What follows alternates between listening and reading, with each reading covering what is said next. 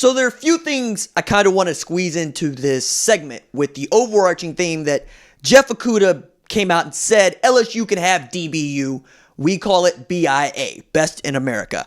And I enjoy that because I enjoy the rivalry that is going on between the defensive backs at Ohio State and the defensive backs at LSU, while also kind of reminding everybody that Alabama has more in the league than anybody else. So the real DBU is actually Alabama. Fight me. That aside, Jeff Okudah has a point, right? Because when you look at what they have been able to produce at Ohio State from a defensive back standpoint, you have to be really, really impressed. And the same thing goes for LSU, right? Grant Delpit took a meeting with the Dallas Cowboys, for which I really want the Dallas Cowboys to use their 17th overall pick on a safety. If it's Xavier McKinney, great. If it's Grant Delpit, great. I understand that people believe that Grant Delpit is a lesser player than Xavier McKinney, but seeing as he won the Paycom Jim Thorpe Award, for which I sit on the select committee, I'm going to say that that ain't true. That aside, both of these guys can play three different positions for you, and their positional value is through the roof. But for my Dallas Cowboys, look, the last time the Cowboys took a safety in the first round was 2002, man, and that was Roy Williams, who was number 8 overall that year and is just coming off winning the Best Defensive Back in America award, the Jim Thorpe Award, and he is on the selection committee now. That's very cool, and he was there to give away the award at the Home Depot Awards in December. Now, Grant Delpit is awesome, didn't run. That aside, though, I'm looking at Jeff Okudah, who did, and I'm looking at others that did. A.J. Terrell ran really fast. Javelin Guidry ran the fastest of any of the cornerbacks and was just 0.02 of a second slower than Henry Ruggs, who had the fastest 40 this year at the combine with 4.27. But I am amazed to see a guy like Tulsa Hurricane, yes, my alma mater, University of Tulsa Golden Hurricane quarterback Reggie Robinson right there running faster 40 times at 4.44 seconds than CeeDee Lamb, right, and Jerry Jeudy, to go along with other guys that you know. A.J. Dillon coming out of Boston College. Benjamin coming out of Arizona State. I mean, Jonathan Taylor ran stupid fast at 4.39, and that's a different level of speed. But it just goes to show you that they're out there, man. Like, these athletes are there. And for the University of Tulsa, defense wasn't the problem, all right? It was the guy calling plays who happens to be the head coach as well. Joe Gillespie was in his first year as the play caller on the defensive coordinator side. And they look great, man. I mean, Allie Green, I think, could have an outstanding season this year, but that just goes to show there's talent there. And I'm glad that Reggie got an invite. But Reggie got an invite. Travis Gibson got an invite. So that's 2 from the University of Tulsa. That's the same amount as North Carolina State. That's the same amount as North Carolina. That's the same amount as SMU and Memphis. What I'm saying is there were 5 Power 5 teams I counted with at least 2 combine invites. As many as Tulsa. For whatever reason, Tulsa ends up going 4-8 last year, though, too. But I'm bringing this back around to what does DBU even mean? It means that you produce year after year great defensive backs, whether they be at safety, at nickel, or at corner. And Jeff Okudah might be the first cornerback taken off the board because he put together such an outstanding season this year after not really putting together much of anything in 2018, right? And then in 2019, he comes on so strongly that he's just out there on an island by himself. He plays his leverages particularly well. His technique is outstanding. And you could see what kind of moxie he has when he says, hey, look, this is not DBU. This is BIA, for which I want to make a BIA joke, but I'm not going to do that.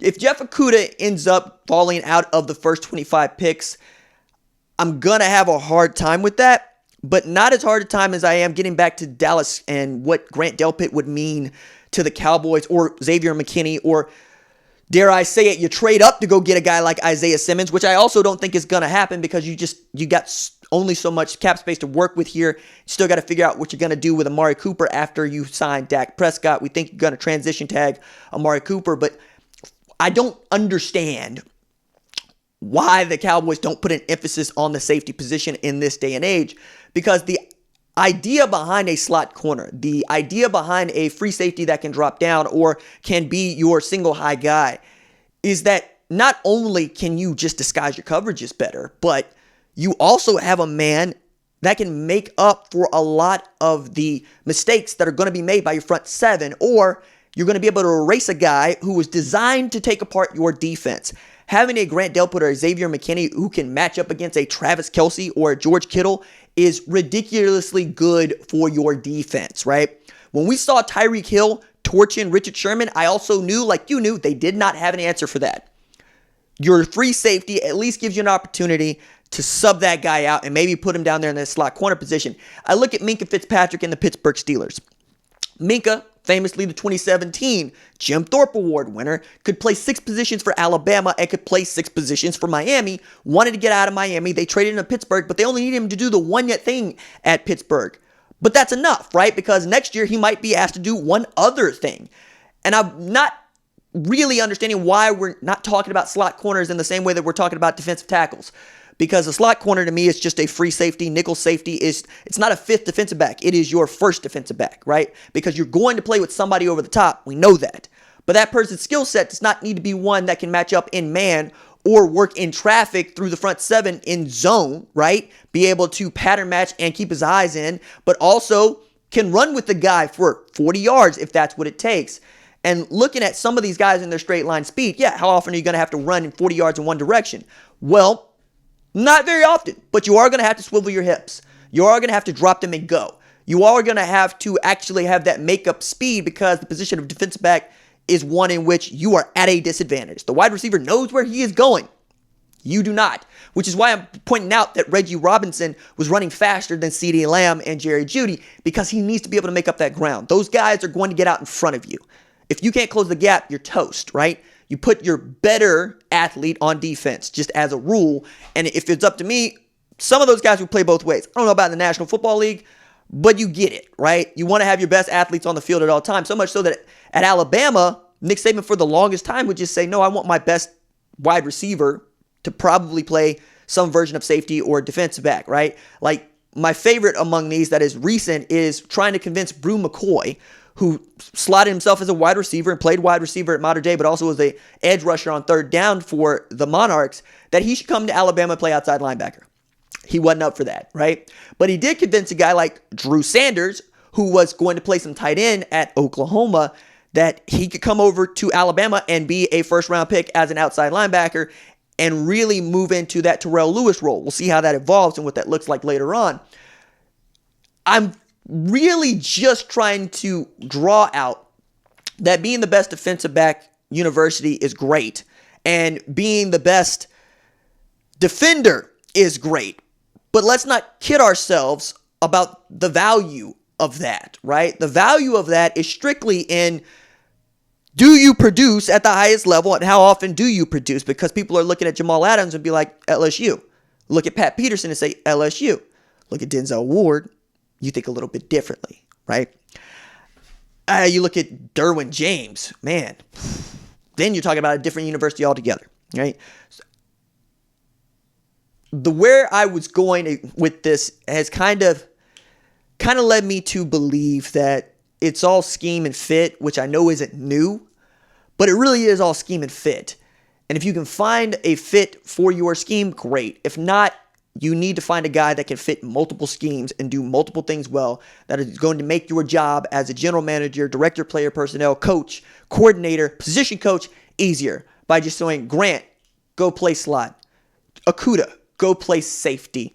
McKinney, go play outside linebacker. Take a look at the 337 men on display at the meat market at the butcher selection of the NFL, known as the Lucas Oil Stadium NFL Scouting Combine, which is where it is. You'll see 16 players from LSU, 10 from Alabama, 10 from Georgia, 9 from Auburn, 8 from Florida, 7 from Mississippi State, 6 from Mizzou, and 5 each from South Carolina and Tennessee. Oklahoma had just 4 total. And if OU's 4 sounds like a low number, it's because it is. Arkansas had 4. Colorado did too. So did Boise State, Texas, and Arizona State. Means the NFL thought that the Mountain West, the bottom of the SEC, the bottom of the Pac-12, and the 3rd best team in the Pac-12, and the team that hasn't produced a 1st-round draft pick in 5 years is as good as OU is at developing talent. Clemson had 7, so did Washington. Baylor boasted 6, 4 of which played defense, by the way. Meanwhile, Tulsa produced just as many combine invites as Memphis, Cincy, North Carolina State, Purdue, Southern Methodist, Kentucky, and Stanford. That is in keeping pace with 5 Power 5 teams and 2 of the best teams in the American last season. I'm not listening to any of your excuses for going 4-8 in a group of 5 conference last year. I'm just telling you that TU should be better.